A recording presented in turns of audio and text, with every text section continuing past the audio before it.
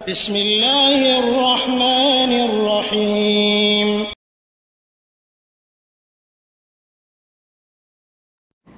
ওয়ালাইকুম আসসালাম রহমতুল্লাহি ওয়া বারাকাতুহু।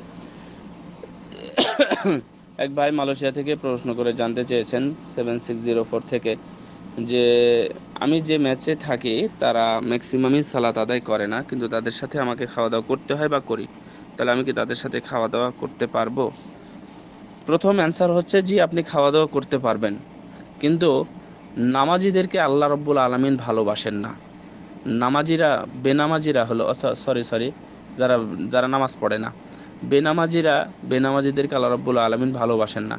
এবং বেনামাজি হলো মানে সবচেয়ে বড় নাফারমান যারা মুসলমান অথচ সালাত আদায় করে না। যারা মুসলমান যার অথচ সালাত আদায় করে না, তারা হলো সবচেয়ে বড় নাফারমান এবং আল্লাহর হুকুমের তারা হলো অস্বীকৃতি, মানে অস্বীকার করে।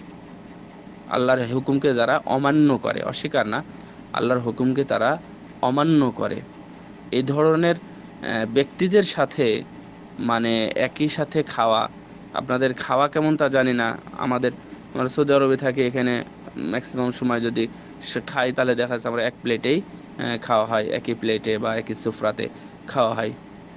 তো তাদের সাথে হয়তোবা কোনোভাবে জড়িয়ে যান এভাবে খাওয়া। তো এই ধরনের অধ্যায় থেকে বাঁচার চেষ্টা করতে হবে। হয় তাদেরকে সালাতে অভ্যস্ত করাতে হবে যদি সে মুসলমান হয়, অমুসলিম হলেও সেটা ভিন্ন জিনিস, সেটাও একটা বিষয়, সেটাও একটা অধ্যায়, বেঁচে থাকা আবশ্যক। কিন্তু মুসলমান হলে তাকে সালাত আদায় করানোর চেষ্টা করতে হবে প্রথমে।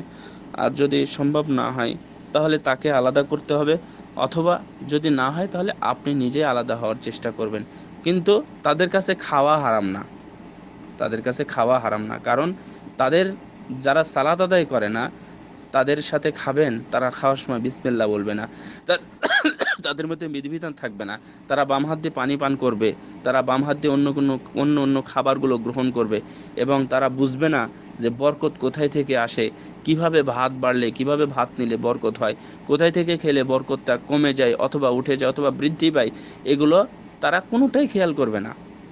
রাসূল সাল্লাল্লাহু আলাইহি ওয়াসাল্লাম একসাথে বসে খাচ্ছিলেন, তো হঠাৎ করে এক লোক এসে একবারে মাঝখানে হাত বসাই দিয়েছে। রাসূল সাল্লাল্লাহু আলাইহি ওয়াসাল্লাম সাথে সাথে তার হাতটা ধরে ফেললেন, ধরে ফেলে বললেন এটা হচ্ছে শয়তানের হাত।